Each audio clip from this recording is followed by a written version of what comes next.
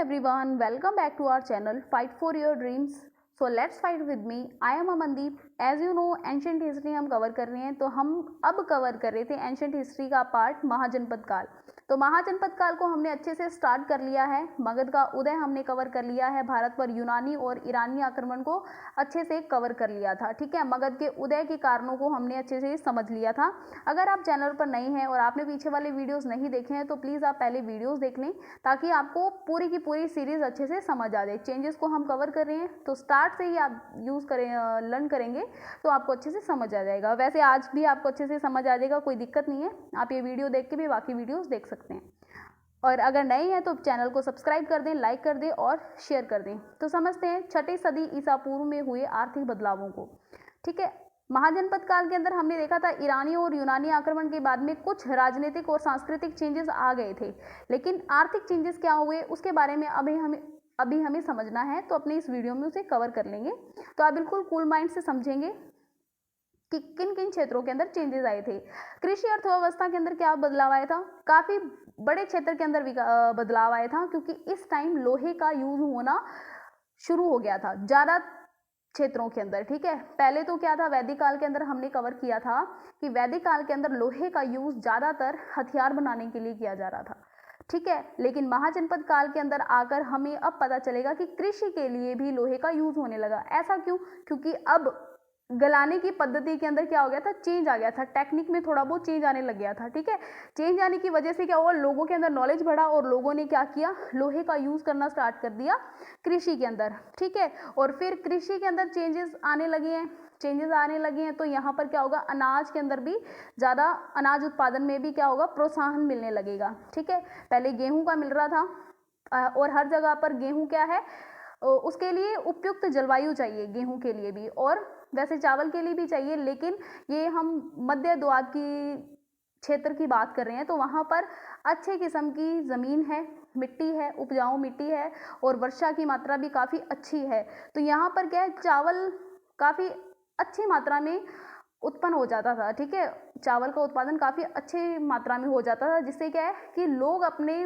परिवार का पालन पोषण अच्छे से कर पा रहे थे, खाना पीना बढ़िया से चल रहा था, जिनसे क्या हो गया था, जनसंख्या में वृद्धि होने लगी थी। ये था कृषि अर्थव्यवस्था। तो एक बार अपने इस पे कवर कर लेते हैं कि 6ठी सदी ईसा पूर्व में कृषि अर्थव्यवस्था में व्यापक चेंजेस आए थे। मध्य द्वार के क्षेत्र में जंगलों की सफाई हुई, बड़ी मात्रा में जंगलों की सफाई हुई। पहले जंगलों की सफाई आग से की जाती थी, लेकिन अब भी आग से ही की जा रही थी, लेकिन अब लोहे का यूज साथ साथ में होने लग गया था।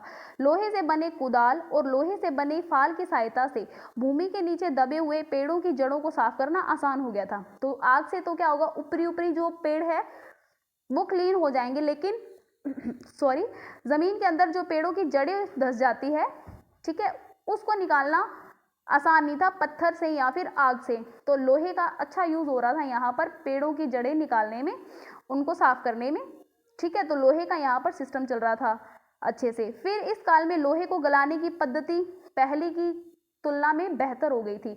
यानी पहले क्या कर रहे थे, ये कम से मतलब कि आग से कम गला रहे थे लोहे को, जिससे क्या हो रहा था, वो अच्छे तरीके से उपकरण का अच्छा रूप नहीं ले पा रहा था। बाद में जब इनको पता चला कि जितना ज़्यादा गर्म करेंगे लोहा उतना ज़्यादा मुलायम होगा या पिघलने लगेगा, तो अब जाकर 6ठी सदी ईसा पूर्व के अंदर जाकर लोगों को पता चला कि लोहे को गलाने की क्या पद्धति है, कैसे ये गलेगा, जिससे क्या हुआ, आसानी से लोहे को तोड़ना मरोड़ना संभव हो गया।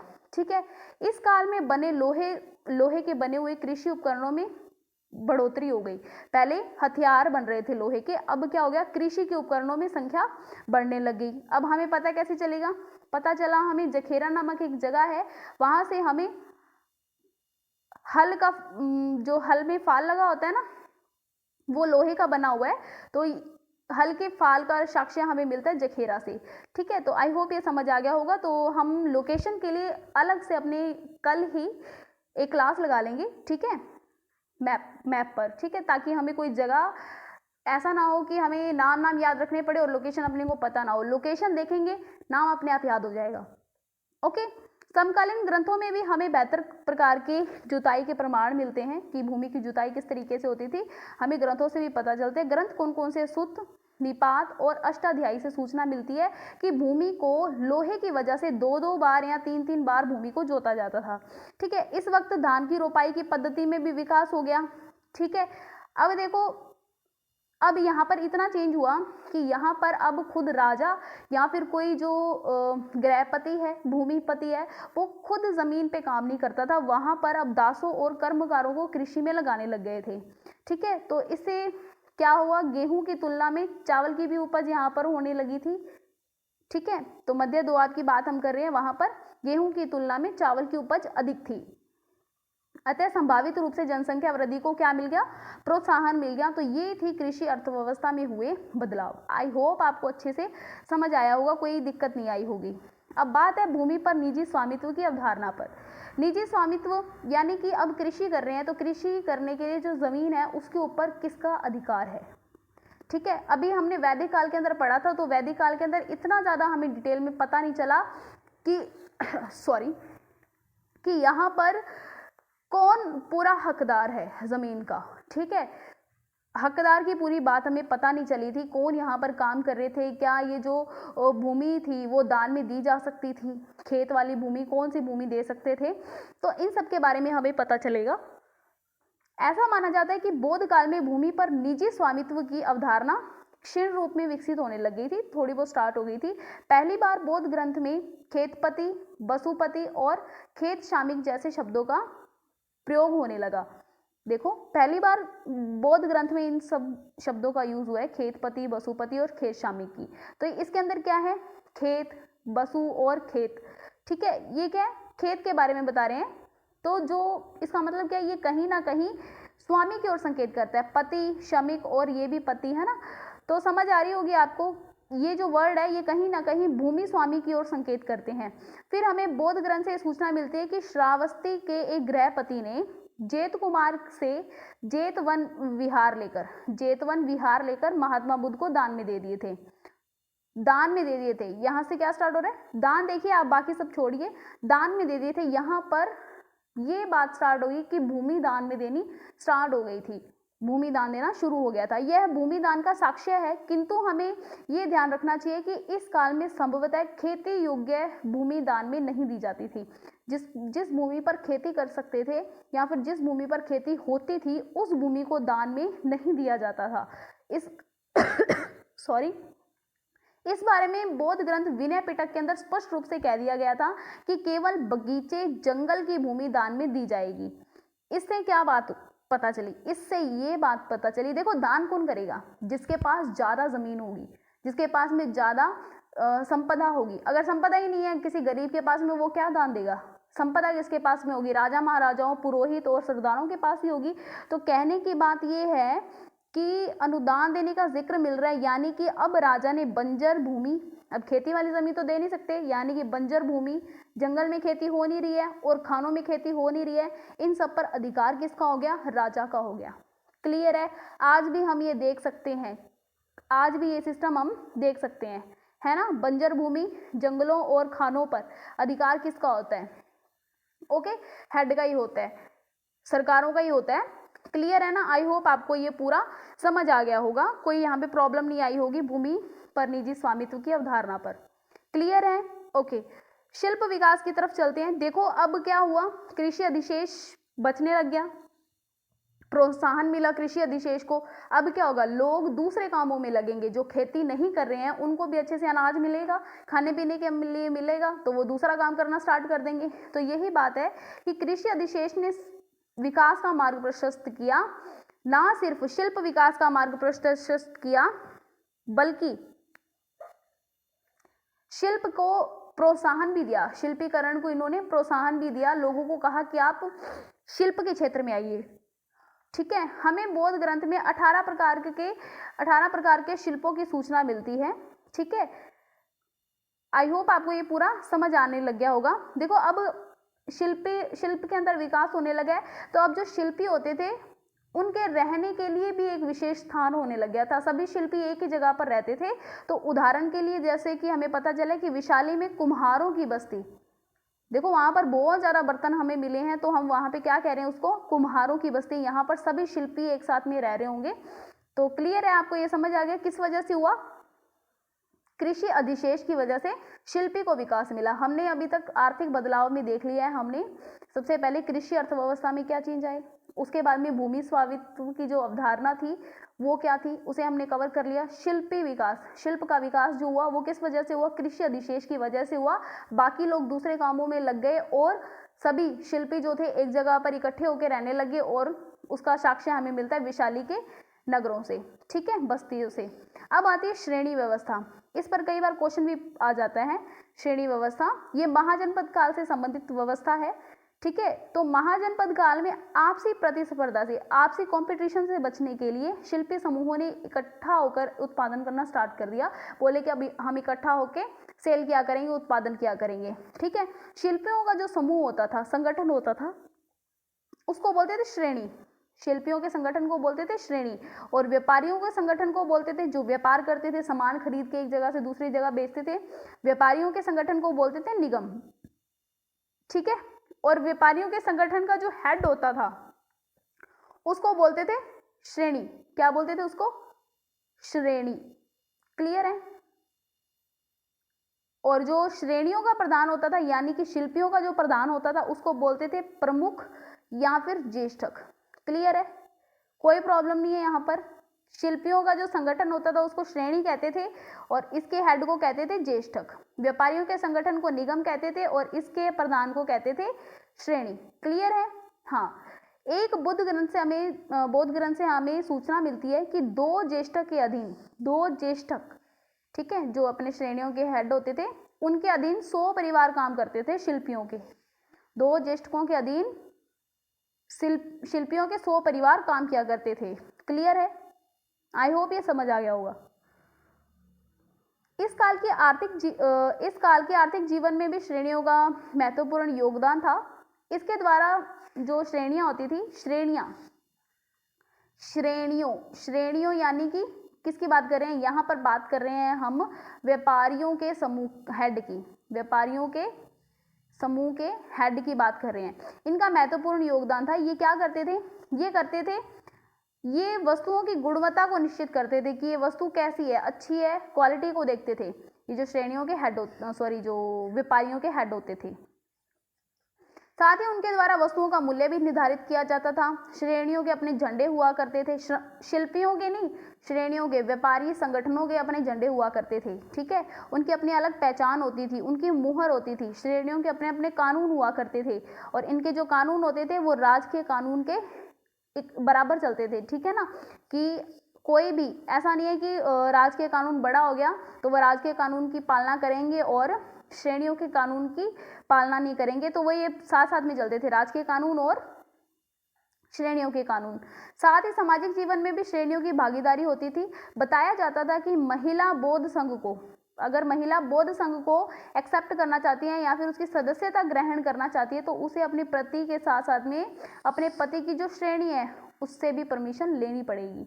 तो उस वक्त की ये जो हमारी व्यवस्था है, श्रेणी व्यवस्था, तो आप अच्छे से समझ गए होंगे, इसमें कोई प्रॉब्लम नहीं है। क्लियर है? श्रेणी व्यवस्था बहुत अच्छे से आपको समझ आ गई होगी। बात करते हैं वाणिज्यिक व्यापार की। तो देखो, वाणिज्यिक व्यापार कैसे होगा? अगर कृषि अधिशेष बचेगा, व्यापार अच्छा चल रहा होगा, तभी तो वाणिज्यिक व्यापार चल पाएगा। तो देखो, कृषि अधिशेष और शिल्प विकास ने वाणिज्यिक गतिविधियों को बल दिया।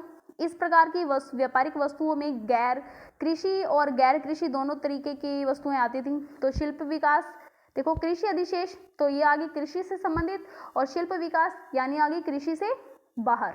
क्लियर है? कृषि अधिशेष और शिल्पी विकास ने वाणिज्य गतिविधियों को बल प्रदान किया। इस कार्य की जो व्यापारिक वस्तुएं होती थी उसके अंदर कृषि और गैर कृषि दोनों प्रकार के उत्पादन इसके अंदर आ जाते थे, उत्पाद आ जाते थे।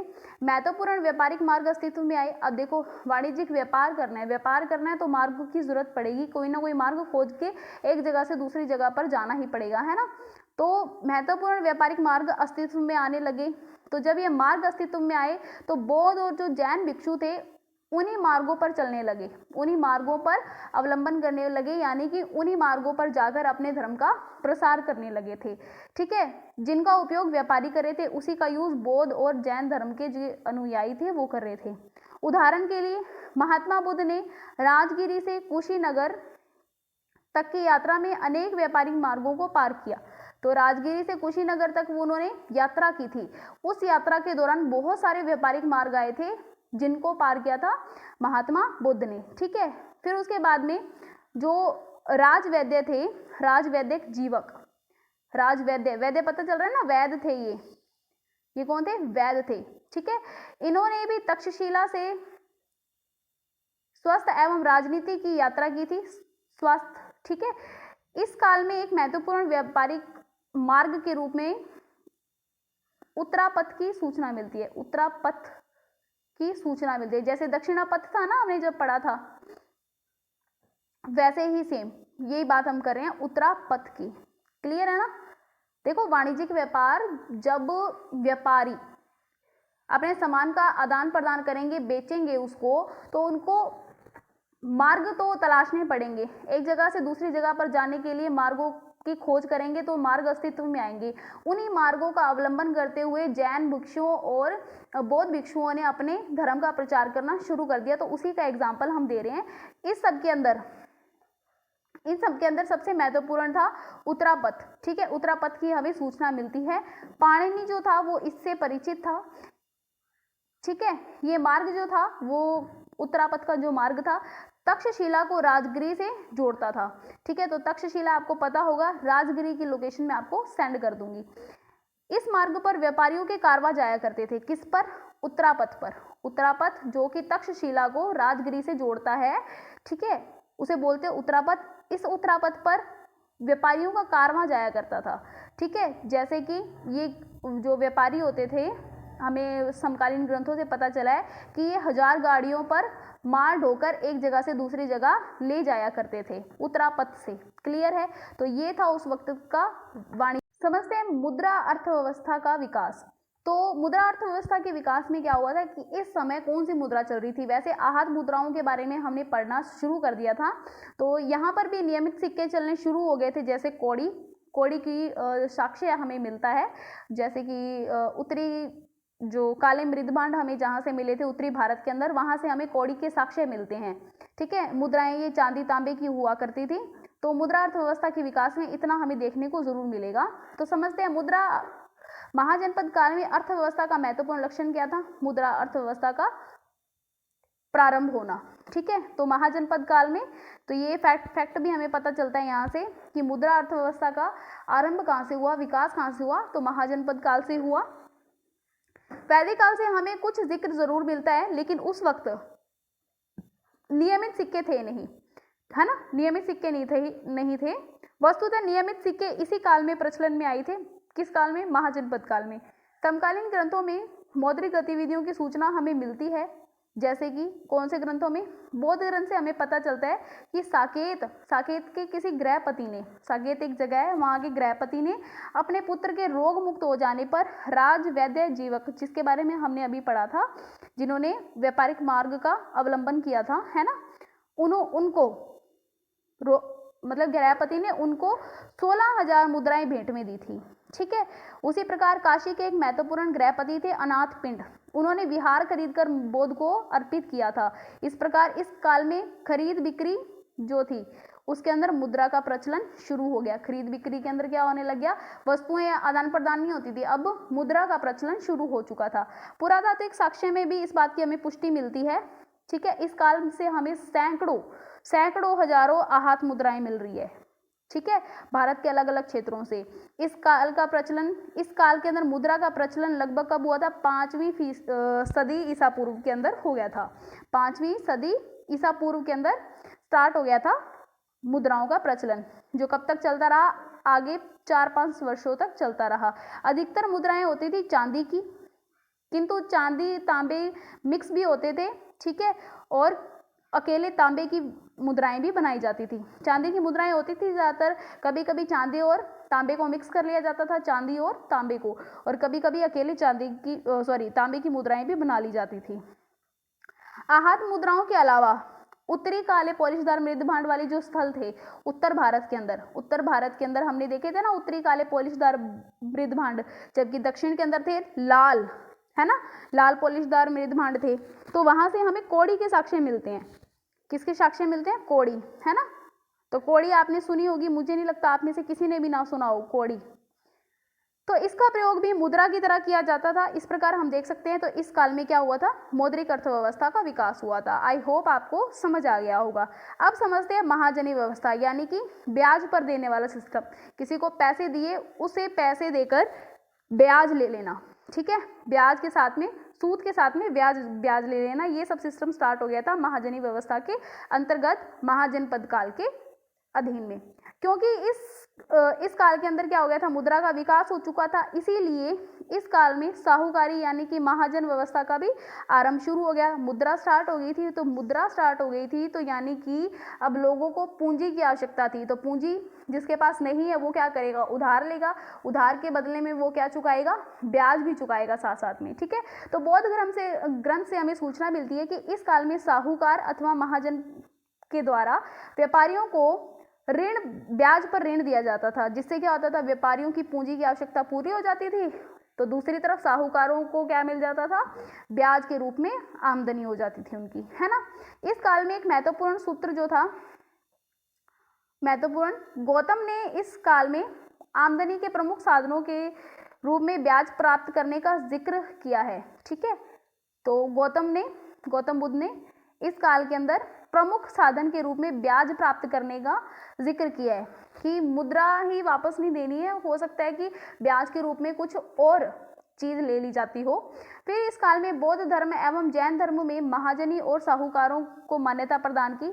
बौद्ध धर्मों और जैन धर्म के जो अनुयायी थे उन्होंने कहा कि महाजनी जो व्यवस्था है वो बिल्कुल ठीक है, हमें अगर हम किसी की हेल्प कर रहे हैं, अगर किसी को उधार अगर पूंजी दे रहे हैं तो बदले में उनको ब्याज मिल जाना चाहिए। तो बौद्ध धर्म और जैन धर्म ने उनको मान्यता प्रदान की। यही कारण है कि बौद्ध धर्म और जैन धर्म को व्यापारियों का समर्थन प्राप्त हुआ था।